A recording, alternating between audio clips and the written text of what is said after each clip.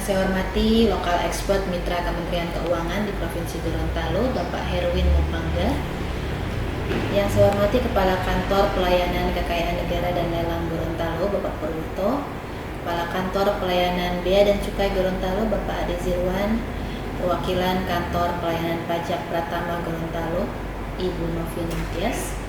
Para Kepala KPPN Lingkup Kanwil DJPB Provinsi Gorontalo, para pejabat administrator Lingkup Kanwil DJPB Provinsi Gorontalo, dan rekan-rekan media serta seluruh hadirin yang mengikuti via YouTube yang tidak dapat kami sebutkan satu persatu. Assalamualaikum warahmatullahi wabarakatuh. Selamat siang dan salam sejahtera bagi kita semua. Puji syukur kita panjatkan kehadirat Allah Subhanahu wa taala, Tuhan yang Maha Kuasa.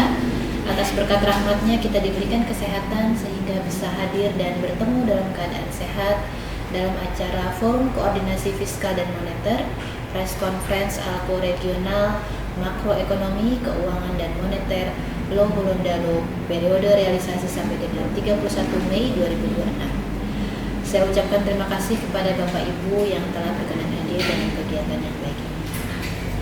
Sebelum menyampaikan materi, izinkan saya menyampaikan satu bait pantun. Kedenau Limboto melihat senja, burung camar terbang beriringan. Mari bersama membuka acara APBN hadir mengawal pembangunan.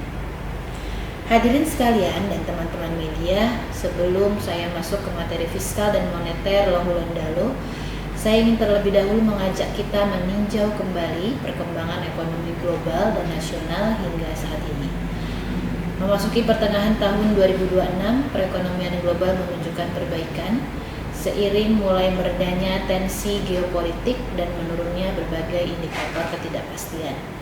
Meskipun resiko eksternal seperti dinamika konflik Timur Tengah masih perlu terus diwaspadai, kondisi tersebut turut didukung oleh harga komoditas yang relatif tetap tinggi, aktivitas manufaktur global yang masih berada pada zona ekspansi, serta perdagangan dunia yang mulai membaik. Di tengah dinamika tersebut, perekonomian Indonesia tetap menunjukkan ketahanan yang kuat. Pertumbuhan ekonomi pada triwulan 1 2026 mencapai 5,61%, didukung inflasi yang tetap terkendali, surplus neraca perdagangan yang terus berlanjut, serta aktivitas konsumsi, investasi, dan sektor real yang tetap solid. Sinergi kebijakan fiskal dan moneter juga terus diperkuat untuk menjaga stabilitas sekaligus mempertahankan momentum pertumbuhan ekonomi yang inklusif dan berkelanjutan di tengah ketidakpastian global yang masih berlangsung. Pada triwulan 1 tahun 2026, ekonomi Provinsi Gorontalo tumbuh kuat sebesar 7,68% year on year, di atas pertumbuhan ekonomi nasional 5,61%. Pada Mei 2026, inflasi Gorontalo tetap terkendali dengan inflasi tahunan sebesar 2,99% dan deflasi bulanan 0,96%. Kenaikan indeks pada 9 kelompok pengeluaran menjadi penyebab inflasi secara year on year. Kelompok makanan, minuman, dan tembakau memberikan andil inflasi year on year terbesar yakni 4,87%. Kedepan, penguatan distribusi pangan, koordinasi TPID, dan pelaksanaan operasi pasar dan gerakan pangan murah menjadi kunci untuk menjaga inflasi tetap dalam sasaran nasional. Dari sisi kesejahteraan pelaku usaha primer, kinerja petani pada Mei 2026 mengalami sedikit tekanan yang tercermin dari menurunnya nilai tukar petani menjadi 121,92,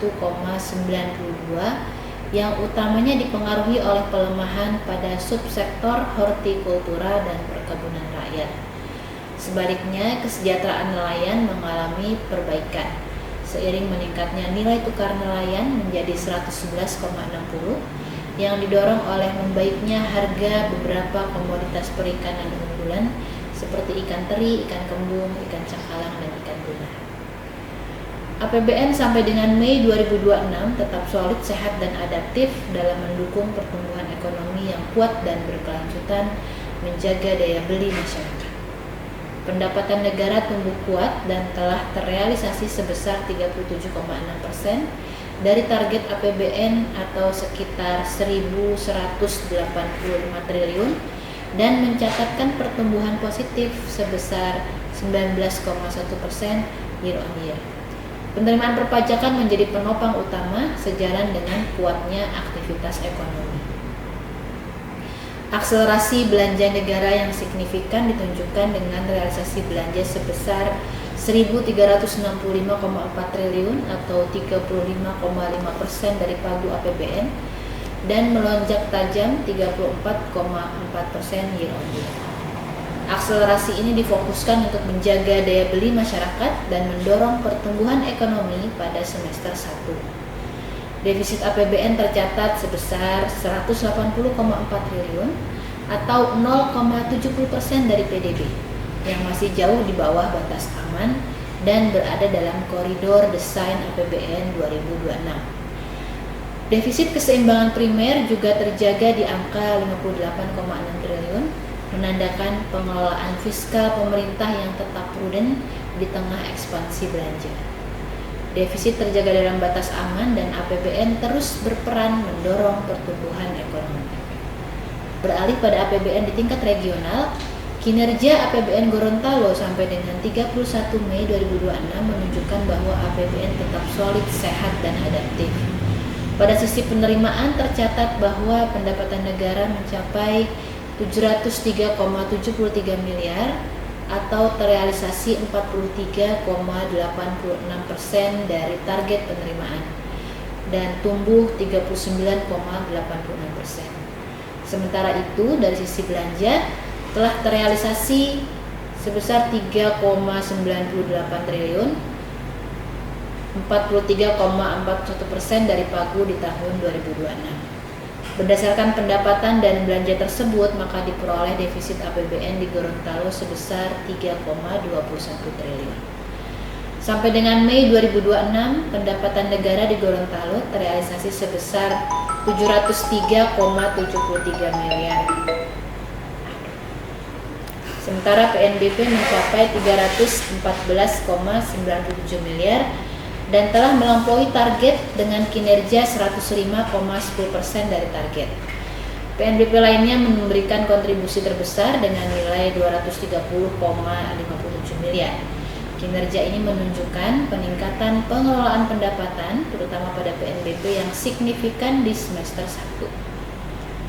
Sampai dengan Mei 2026, belanja negara di Gorontalo terrealisasi sebesar 3,98 triliun atau 43,41% dari pagu, tumbuh sebesar 2,79% year on year. Struktur belanja masih didominasi transfer ke daerah sebesar 2,41 triliun, terutama dana alokasi umum 1,82 triliun, sementara belanja pemerintah pusat sebesar 1,57 triliun yang didominasi belanja pegawai 866,47 miliar. Kinerja ini menunjukkan fungsi fiskal sebagai penopang likuiditas daerah tetap kuat dengan ruang penguatan pada percepatan belanja produktif untuk mendorong pertumbuhan ekonomi. Beralih ke kinerja APBD, berdasarkan data SIKRI, realisasi APBD konsolidasi regional Gorontalo hingga Mei 2026 menunjukkan performa yang stabil dengan total pendapatan daerah mencapai 2,02 triliun atau 28,78% dari target yang masih didominasi oleh dana transfer ke daerah dengan kontribusi sebesar 81,68%. Di sisi pengeluaran, belanja daerah telah terrealisasi sebesar 1,89 triliun atau 27,17%, di mana porsi terbesar dialokasikan untuk belanja pegawai senilai 1,21 triliun. Untuk mengatasi keterbatasan fiskal dan mendorong pembangunan infrastruktur strategis Pemda, dapat memanfaatkan pembiayaan kreatif atau KPBU atau skema pendanaan lain, serta melakukan upaya optimalisasi pendapatan asli daerah. Upaya pemulihan ekonomi regional tidak berhenti pada stimulus fiskal, melainkan juga diperkuat dengan dukungan pembiayaan melalui program kredit usaha rakyat atau KUR dan kredit ultramikro atau UMI. Penyaluran KUR sampai dengan Mei 2026 sebesar 264,73 miliar kepada 5.085 debitur. Kabupaten Gorontalo mendominasi penyaluran KUR sebesar 96,12 miliar kepada 1.708 debitur.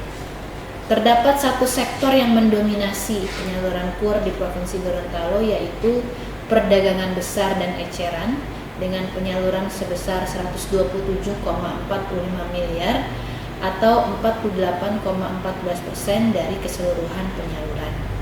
Perbedaan yang signifikan terkait jumlah debitur di masing-masing kabupaten kota dipengaruhi oleh jumlah penduduk, peluang usaha, kemudahan untuk melakukan usaha, serta tingkat produktivitas masyarakat antar daerah.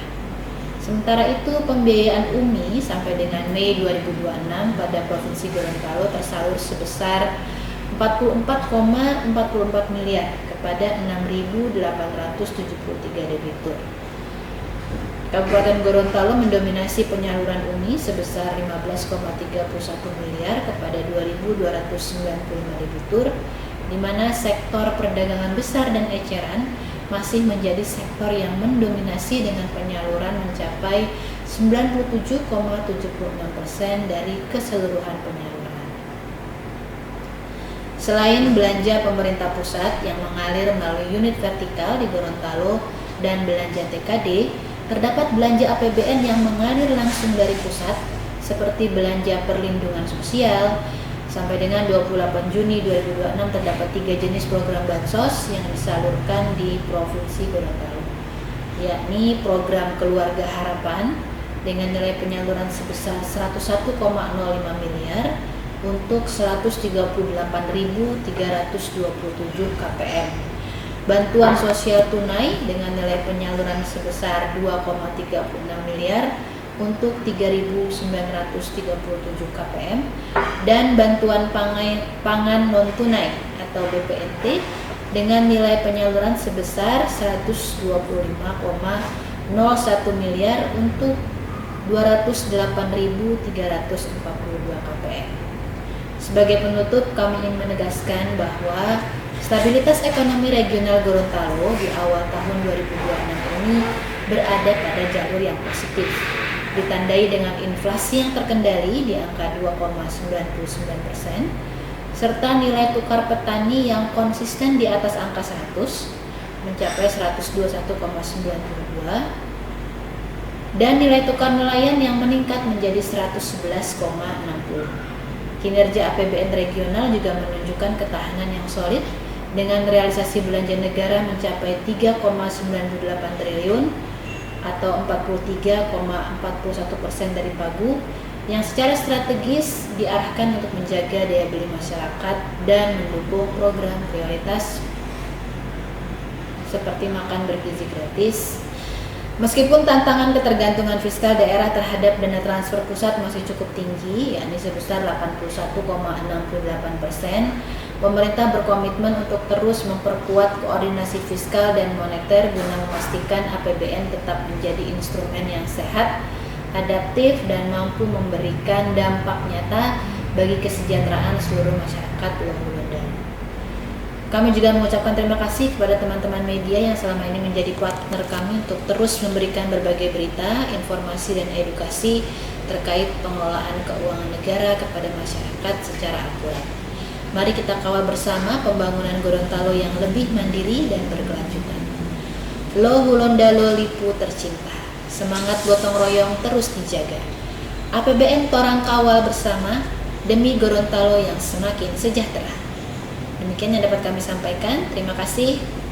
Wassalamualaikum warahmatullahi wabarakatuh. Assalamualaikum warahmatullahi wabarakatuh. Kami dari KPP Pratama Gorontalo dalam kesempatan ini akan menyampaikan kinerja penerimaan di KPP Pratama Gorontalo periode 1 Januari sampai dengan 31 Mei 2026. Hingga Mei 2026, penerimaan pajak di KPP Pratama Gorontalo mencapai angka 404,16 miliar atau tercapai 30,98%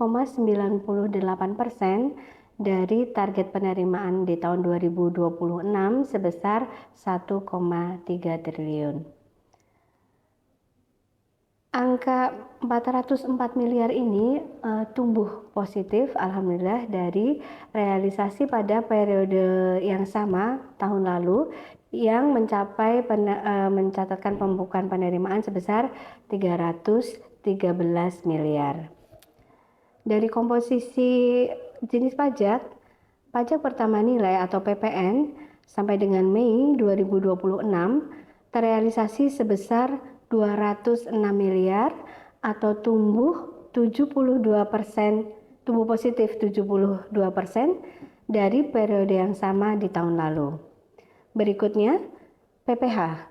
PPH terrealisasi sebesar 223 miliar dan tumbuh positif sebesar 49% dari periode yang sama di tahun lalu. Dari sisi jenis wajib pajak yang melakukan penyetoran, sampai dengan Mei, untuk wajib pajak orang pribadi terdapat 2.567 wajib pajak orang pribadi yang melakukan pembayaran pajak dengan total setoran sebesar 40,9 miliar. Berikutnya, untuk wajib pajak badan, jumlah wajib pajak badan yang melakukan penyetoran pajak sampai dengan Mei adalah 1.205 wajib pajak dengan membukukan realisasi penerimaan sebesar 186 miliar. Selanjutnya, untuk pemungut terdapat 949 wajib pajak dengan realisasi penerimaan sebesar 176 miliar. Berdasarkan wilayah, kontribusi terbesar dicatatkan oleh Kabupaten Pohuwatu dengan realisasi penerimaan pajak sebesar 144 miliar dengan kontribusi sebesar 35,6%. Disusul oleh Kabupaten Gorontalo, realisasi penerimaan sebesar 109 miliar dengan kontribusi 27%. Kabupaten Gorontalo menyumbang penerimaan sebesar 80,3 miliar dengan kontribusi sebesar 19,9%.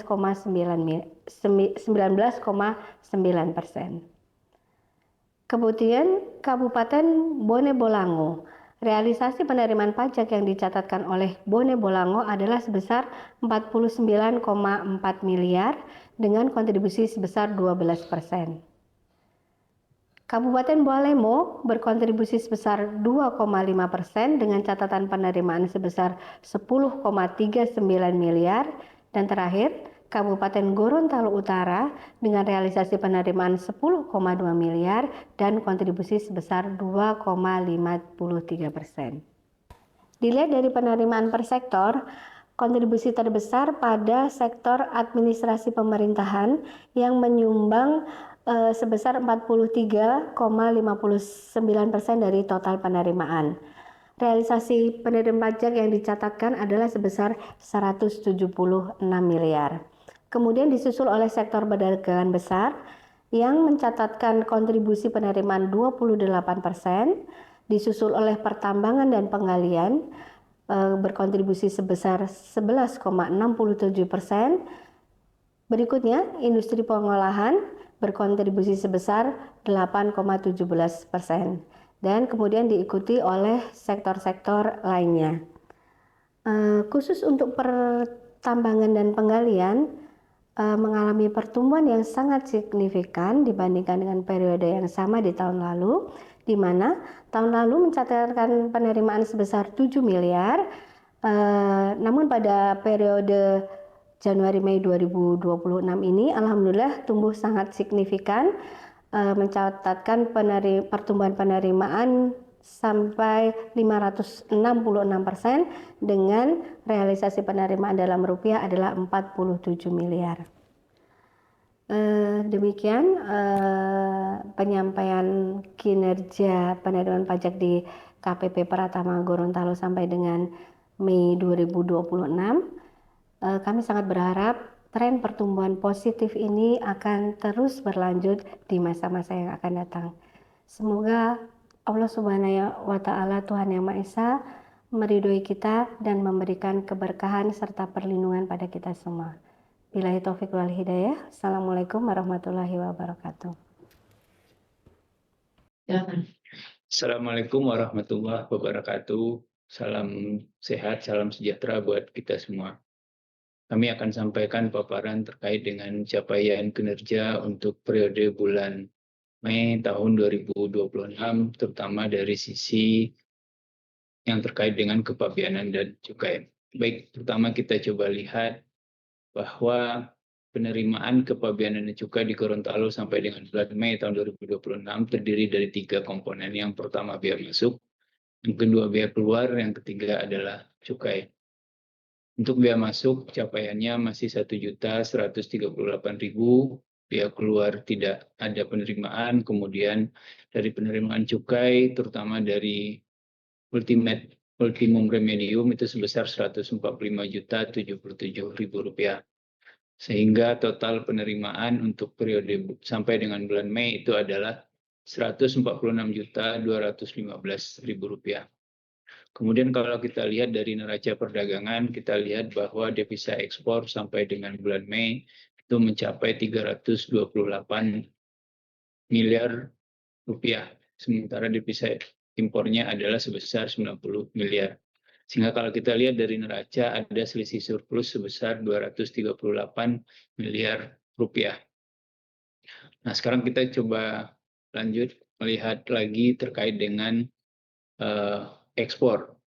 Kalau kita lihat perkembangan ekspor sampai dengan bulan Mei, itu secara komoditi tidak banyak terjadi perubahan, masih sama dengan periode-periode sebelumnya.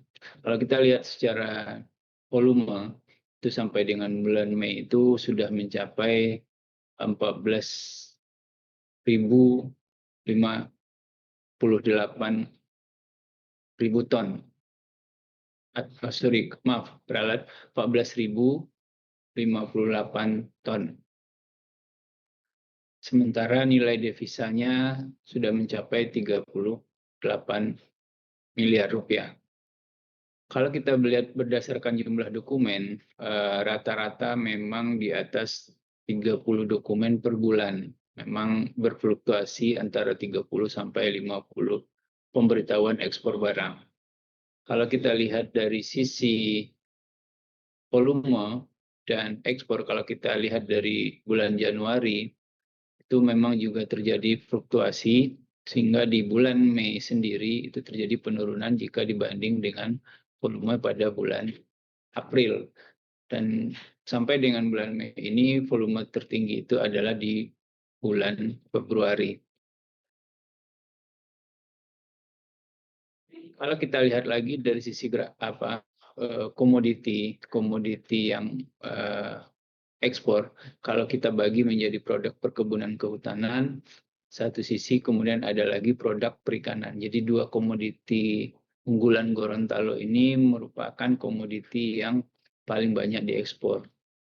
Kalau dari sisi komoditi kehutanan dan perkebunan adalah olahan kelapa dan wood pellet. Sementara dari perikanan itu dari berbagai jenis ikan. Dan tuna masih mendominasi untuk ekspor sampai dengan bulan Mei ini. Kemudian kalau kita lihat kinerja impor, ada 2 komoditi yang sampai dengan bulan Mei diimpor melalui pelabuhan di Gorontalo dan didaftarkan di Bea Cukai Gorontalo. Yang pertama itu adalah aspal, itu kumulatifnya sebesar 1.583 ton dan nilai impornya sebesar 684.000 USD. Dan untuk penerimaannya ada bea masuk. Untuk bea masuk untuk aspal ini tarifnya adalah 0%, sehingga bea masuknya Rp0. Kemudian PPN importnya sebesar 1,2 miliar, sementara PPH-nya sebesar 280 juta rupiah, karena juga menggunakan fasilitas dari FTA. Kemudian alat berat juga volumenya 1.345 ton. Nilai impornya sebesar 4.584.728 USD per juta. Kemudian biaya masuknya juga fasilitas FTA, Free Trade Agreement, sehingga biaya masuknya 0, tetapi PPN impornya itu sebesar 8,7 miliar, PPH impornya 1,9 miliar. Sehingga kalau kita lihat dari dua dokumen ini, itu untuk penerimaan dari PPN-nya, itu nilainya mencapai hampir 10 miliar. Dan kemudian kemudian ada satu, itu adalah SPTNP. SPTNP itu adalah surat pemberitahuan tentang tarif dan nilai pabean. Jadi ini ada koreksi tarif sebesar 3,5 miliar untuk biaya masuknya, kemudian PPN-nya ada 387 juta, sementara PPH-nya 88 juta. Sehingga kalau kita lihat secara kumulatif, biaya masuk yang sampai dengan bulan Mei itu adalah sekitar 3,5 miliar. Sementara PPN impornya 10,2 miliar dan PPH-nya 2,3 miliar. Ini adalah kinerja impor sampai dengan bulan Mei. Demikian paparan terkait dengan kinerja kepabeanan dan cukai untuk periode sampai dengan bulan Mei, yang dalam hal ini merupakan capaian fiskal oleh Bea Cukai Gorontalo. Demikian, atas perhatiannya kami ucapkan terima kasih. Assalamualaikum warahmatullahi wabarakatuh. Selamat pagi, salam sejahtera untuk kita semua. Izinkan saya melaporkan kinerja pengelolaan kekayaan negara dan lelang pada KPKNL Gorontalo periode bulan Mei tahun 2026. Nilai BMN yang tercatat pada satuan kerja yang dikelola oleh KPKNL Gorontalo per Mei tahun 2026 ini sejumlah 26,6 triliun rupiah, dan nilai ini dibandingkan dengan bulan April tahun 2026 ini mengalami kenaikan sebesar 115 miliar rupiah. Bapak Ibu sekalian, serta rekan wartawan, nilai tertinggi masih dipegang oleh Kementerian PU dan PKP, ini sebesar 14,9 triliun rupiah. Kemudian di peringkat kedua di Polri ini sejumlah 3,1 triliun rupiah, dan kemudian di Kementerian Pendidikan Tinggi dan Dasmen ini 2,1 triliun rupiah, sampai pada 24 KL berikutnya ini jumlah totalnya adalah tadi kami sebutkan 26,6 triliun rupiah. Pertambahan nilai ini tadi kami sebutkan sejumlah 115,6 miliar rupiah. Ini diantaranya disebabkan oleh adanya 69 satuan kerja yang mengalami kenaikan BMN dari bulan sebelumnya, dengan kenaikan terbesar itu pada satuan kerja Rumah Sakit Bayangkara Gorontalo ini sebesar 78,5 miliar rupiah. Ini disebabkan adanya transfer alat-alat kesehatan dari Mabes Polri dan dari Biro Logistik Polda Gorontalo yang dicatat pada Rumah Sakit Bayangkara Gorontalo. Kemudian di sisi lain terdapat penurunan nilai BMN pada 15 satuan kerja, dengan penurunan terbesar ini pada satuan kerja Biro Logistik Gorontalo yang tadi kami sebutkan adanya transfer keluar kepada Rumah Sakit Bayangkara. Terus sekalian, nilai BMN kita di Gorontalo yang tadi 26,6 triliun rupiah ini yang terbesar masih diwujudkan dalam bentuk jalan irigasi dan jaringan. Kemudian terbesar kedua ada pada bangunan gedung, di mana nilainya sebesar 8,3 triliun rupiah. Tanah barang milik negara di Gorontalo nilainya sebesar 2,9 triliun rupiah. Kemudian izinkan kami menyampaikan kinerja atau realisasi penerimaan negara bukan pajak yang berasal dari aset. Dari target tahunan tahun 2026, realisasi kinerja menunjukkan tren positif, di mana sampai dengan bulan Mei ini tercapai 44,58%. Realisasi PNBP khusus bulan Mei ini mencapai 1,3 miliar rupiah. Dengan demikian, dari bulan Januari sampai dengan Mei 2026 secara kumulatif ini telah tercapai 7,8 miliar rupiah atau tadi sebesar 44,58% rupiah dari target tahunan. Realisasi ini naik sebesar 8% dibandingkan periode yang sama pada tahun 2025. Adapun target tahunannya adalah sebesar 17,6 miliar rupiah. Bapak sekalian, capaian sebesar 7,8 miliar rupiah kalau kita breakdown ini terdiri dari pemanfaatan BMN sebesar 7,2 miliar rupiah. Ini mayoritas, jadi 92% diantaranya berasal dari pemanfaatan BMN kita di Gorontalo. Kemudian yang berasal dari pemindah tanganan, artinya atas barang-barang yang rusak berat, yang kemudian dijual lelang, ini mencapai 561 juta rupiah atau 7,1%. Kemudian kami laporkan terkait dengan realisasi PNBP yang berasal dari biaya lelang, ini sebesar capaiannya 38,5% dari target tahun 2026 yang sebesar 966 juta rupiah. Khusus bulan Mei, realisasi PNBP lelang ini tercapai sebesar 96,8 juta rupiah. Secara kumulatif dari Januari 2026 sampai dengan Mei 2026, realisasi PNBP lelang ini tercapai sebesar 371,9 juta rupiah atau tadi kami sebutkan sebesar 38,5% rupiah dari target tahunan.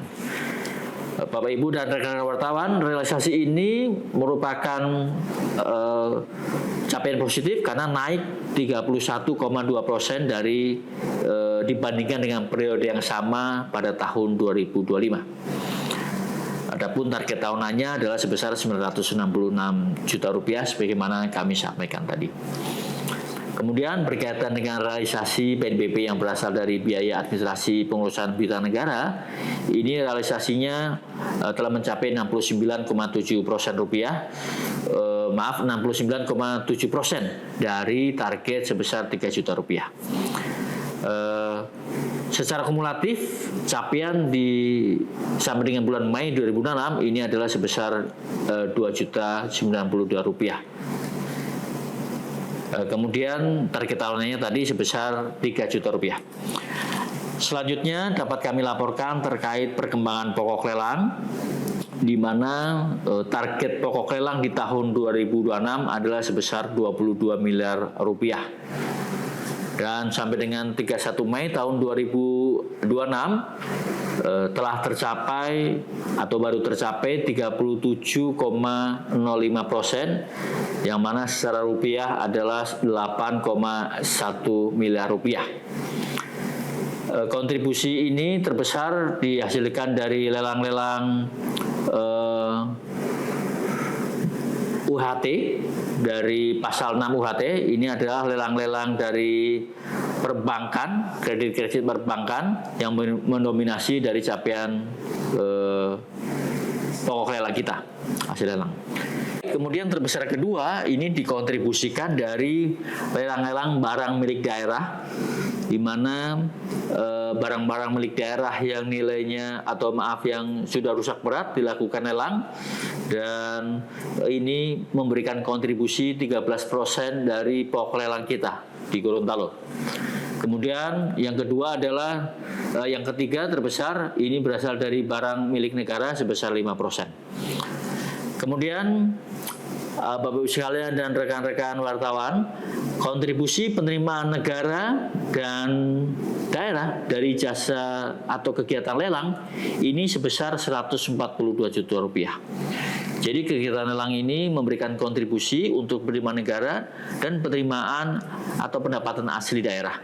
Terdiri dari Bea lelang ini sebesar 371 juta rupiah dan BPHTP sebesar 61,6 juta rupiah.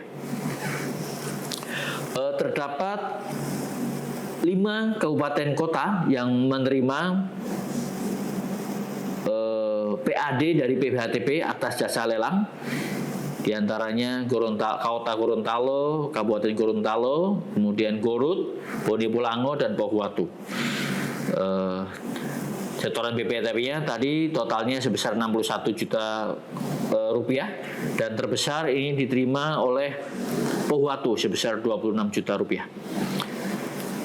Kemudian dari sisi kinerja pelayanan penilaian dapat kami laporkan bahwa sampai dengan akhir Mei tahun 2026, KPKNL Gorontalo melalui para penilai kami ini telah melakukan penilaian atas 271 objek penilaian, yang mana ini pemohonnya dari berbagai pihak. Terbesar ini berasal dari pemerintah daerah. Jadi pemerintah daerah tingkat 2 ini mengajukan permohonan penilaian atas objek-objek yang akan dijual atau akan dimanfaatkan, yang pada akhirnya adalah untuk memberikan kontribusi PAD bagi pemerintah daerah tersebut. Terdapat 148 objek yang telah kami nilai, ini berkaitan dengan barang-barang milik daerah di Provinsi Gorontalo atas daerah tingkat 2.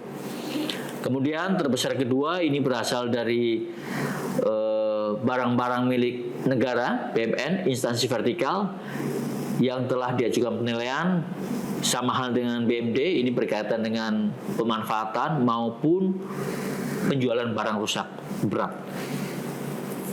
Kemudian ada juga penilaian-penilaian yang diajukan dari kejaksaan, ini berkaitan dengan barang-barang rampasan atas tindak pidana yang telah dilakukan para pihak dan telah inkrah kasusnya. Kemudian dilakukan penilaian oleh kami atas permohonan kejaksaan sebagai upaya recovery atas kerugian negara yang dihasilkan atas tindak pidana tersebut.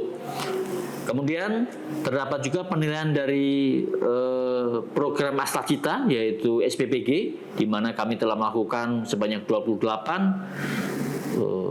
objek penilaian berupa SPPG di wilayah Provinsi Gorontalo. Dari BUMN maupun BUMD ini juga ada dilakukan permohonan ke kami sebanyak 11 objek penilaian. Dari total 271 objek penilaian yang telah kami lakukan, ini menghasilkan total nilai wajar sebesar 17,3 miliar rupiah, dan yang telah direalisasikan untuk menjadi penerimaan itu 646 juta rupiah. Demikian Bapak Ibu sekalian dan rekan wartawan, kinerja di bidang pengelolaan kekayaan negara dan lelang yang di dalamnya juga termasuk pelayanan jasa piutang negara dan penilaian. Kurang lebih mohon maaf dan terima kasih. Kami akhiri. Assalamualaikum warahmatullahi wabarakatuh. Selamat pagi. Baik, Assalamualaikum warahmatullahi wabarakatuh. Salam sehat, salam sejahtera buat kita semua. Saya hormati Kepala Kantor Wilayah DJPB Provinsi Gorontalo, yang saya hormati Bapak Ibu, pimpinan Satuan Kerja di lingkungan Kemenkeu 1 Provinsi Gorontalo, yang juga bertindak sebagai narasumber dalam preskon ALKO ini. Saya hormati pimpinan Bank Indonesia atau yang mewakili, Bapak Ibu unsur media, dan hadirin yang mengikuti kegiatan ini secara virtual. Saya selaku local expert Mitra Kanwil DJPB pada preskon dan diseminasi fiskal moneter bulan Juni ini, realisasi sampai dengan 31 Mei 2026, akan menyampaikan local issue terkait dengan kesejahteraan petani Gorontalo.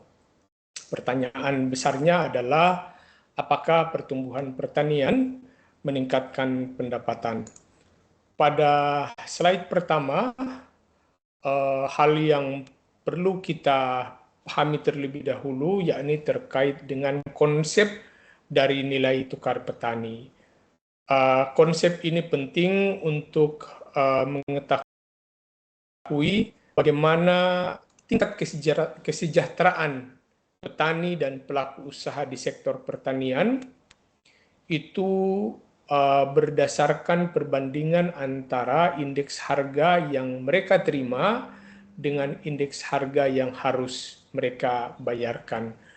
Nah, dari pemahaman tentang konsep nilai tukar petani itu, kita langsung lihat pada grafik kiri bawah tentang perkembangan nilai tukar petani Gorontalo dari tahun 2023 bulan Agustus sampai dengan bulan Mei tahun 2026.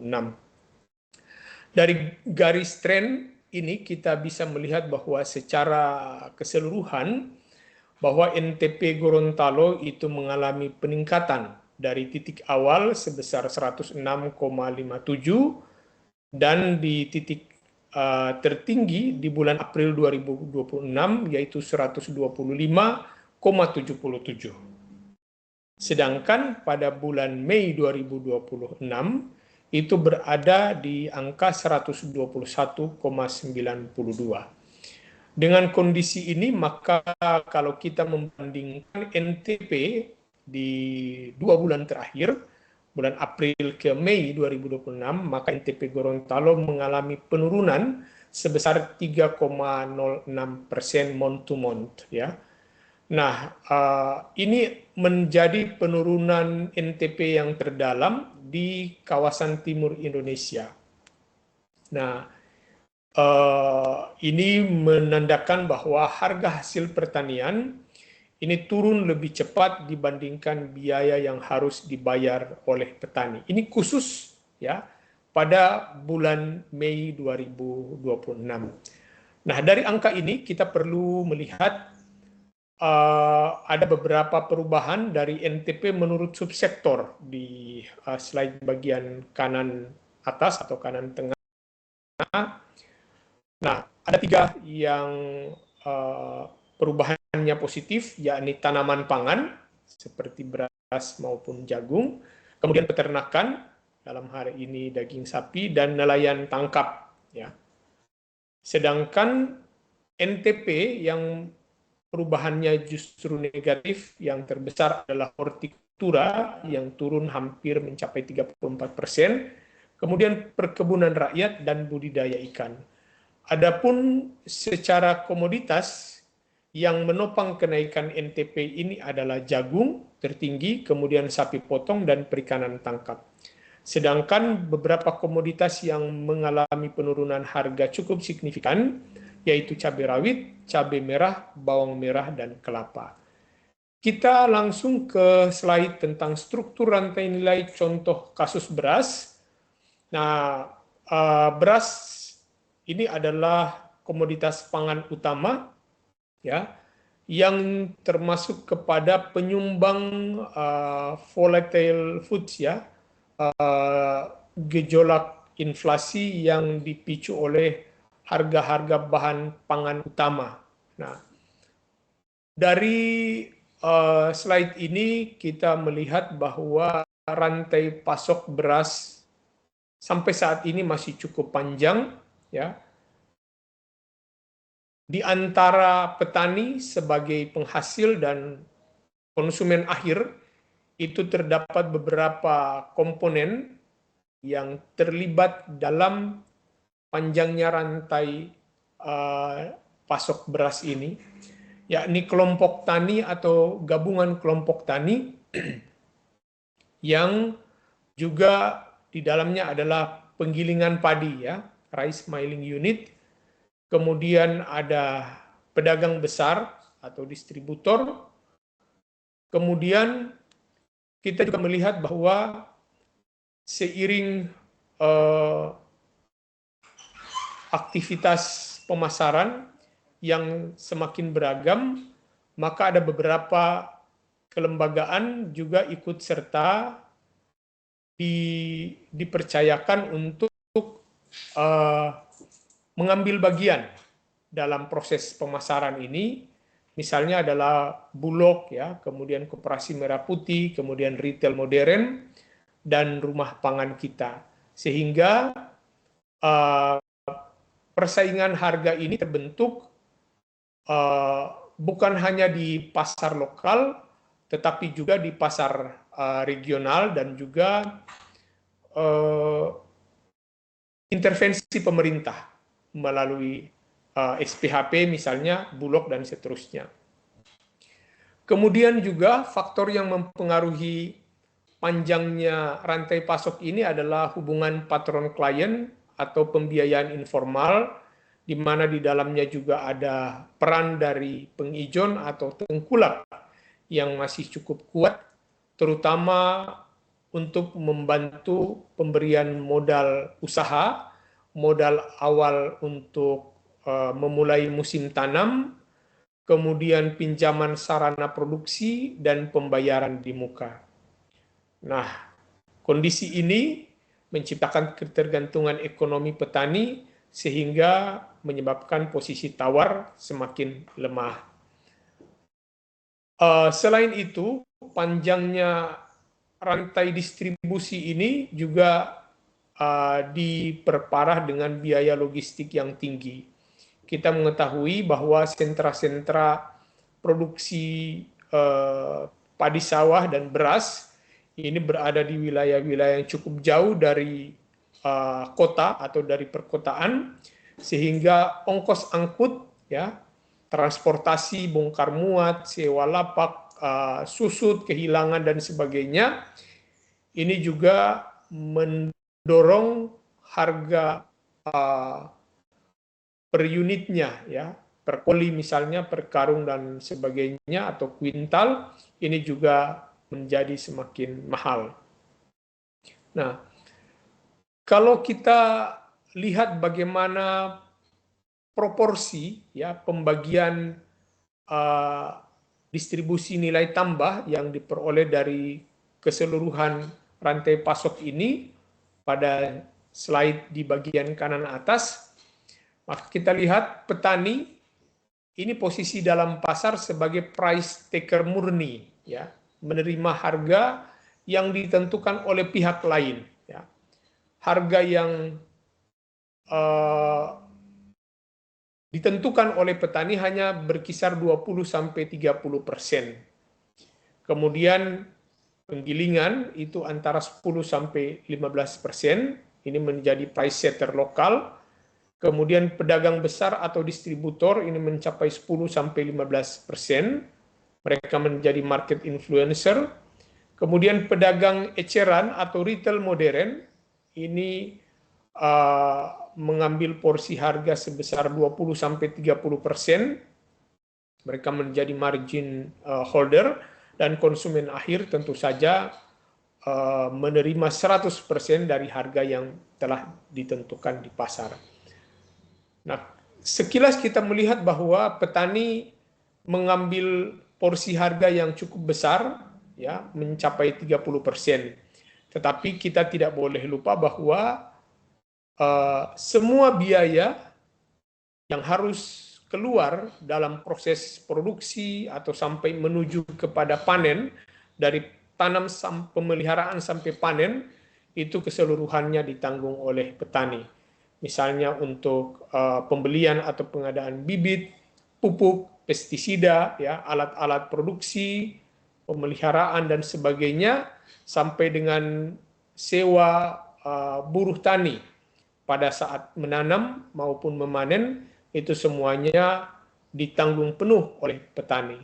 Sehingga ketika petani ini panen, seringkali pada saat kami berdiskusi penelitian lapangan dengan mereka, mereka mengatakan bahwa ketika panen dan gabah dimasukkan ke penggilingan, maka mereka belum berhitung berapa untungnya, tetapi berapa utang yang harus dilunasi terlebih dahulu kepada pihak pemilik gilingan atau pengijon atau tengkulak.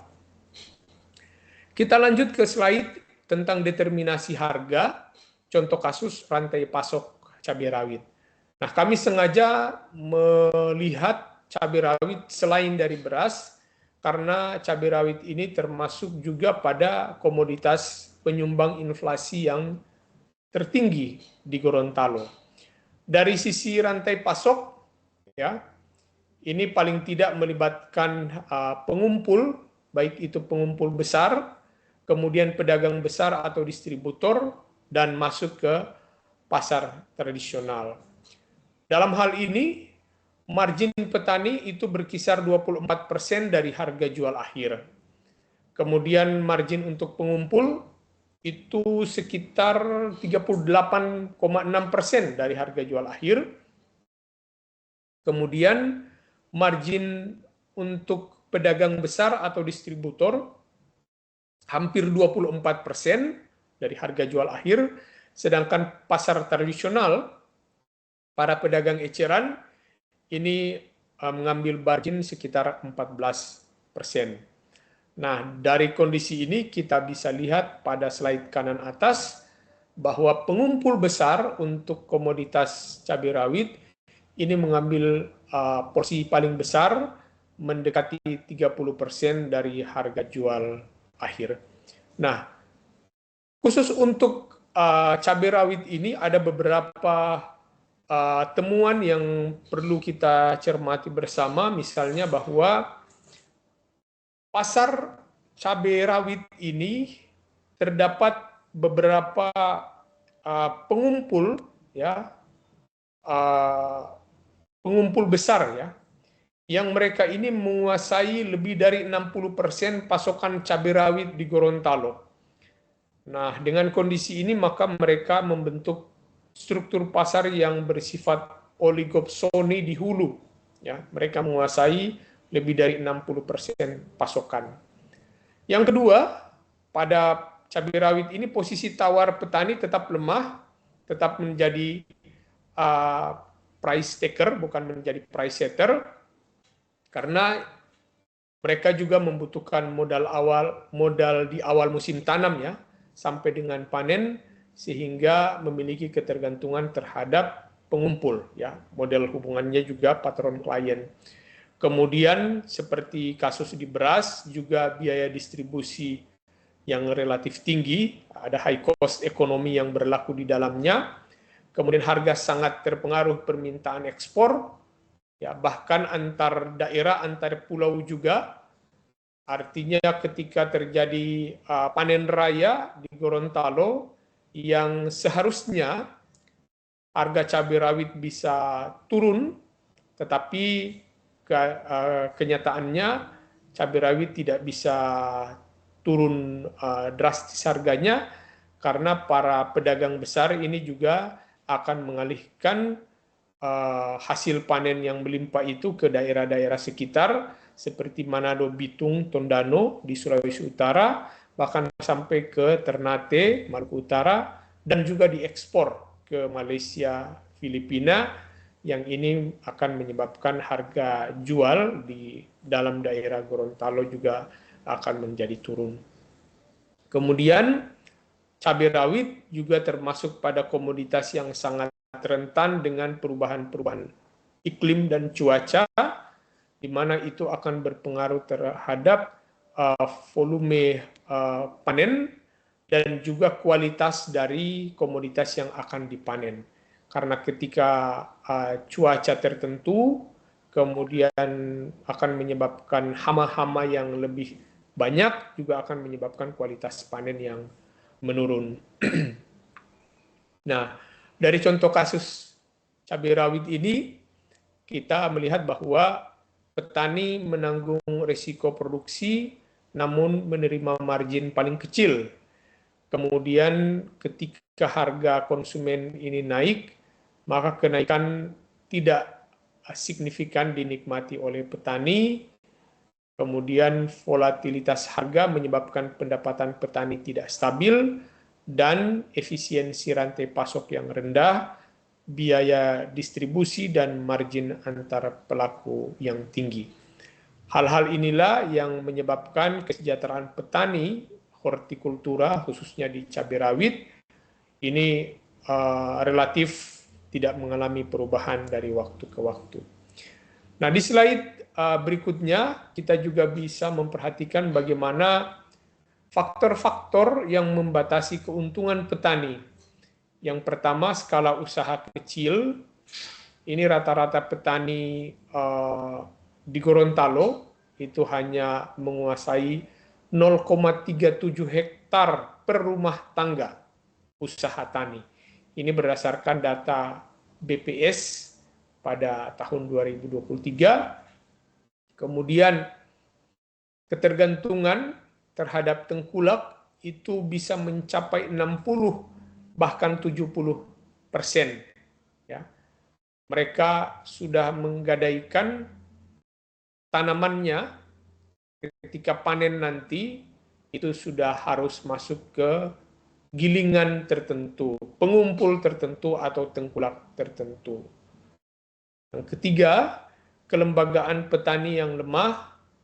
Sebagian besar petani masih memiliki anggapan bahwa bergabung di dalam kelembagaan, ya, kelompok tani misalnya Gapoktan, koperasi desa dan seterusnya, ini justru mendatangkan repot atau menimbulkan biaya-biaya tertentu sehingga kemudian mereka tidak bergabung dengan kelompok-kelompok tani yang ada di dusun atau di desa tempat domisili mereka. Kemudian akses informasi harga yang terbatas, meskipun saat ini pemerintah, beberapa lembaga sudah menyediakan informasi harga, website atau platform, tetapi sebagian besar petani dan rumah tangga petani yang juga tidak memiliki smartphone ini tidak bisa mengakses harga pasar, sehingga kondisi asymmetric information ini menyebabkan petani dalam posisi lemah dalam pembentukan harga komoditas pasar. Kemudian faktor hilirisasi yang belum berkembang optimal dalam arti bahwa sebagian besar atau bahkan semua komoditas yang mereka hasilkan itu langsung dijual di pasar melalui perantara-perantara yang sudah ada. Sehingga ketika kita sampai kepada pertanyaan apakah pertumbuhan pertanian meningkatkan pendapatan, maka jawabannya iya, tetapi tidak merata. Ya. Kelompok yang relatif menikmati pertumbuhan di sektor pertanian ini, ya, identik dengan slide di awal, yaitu petani jagung. Kita mengetahui bahwa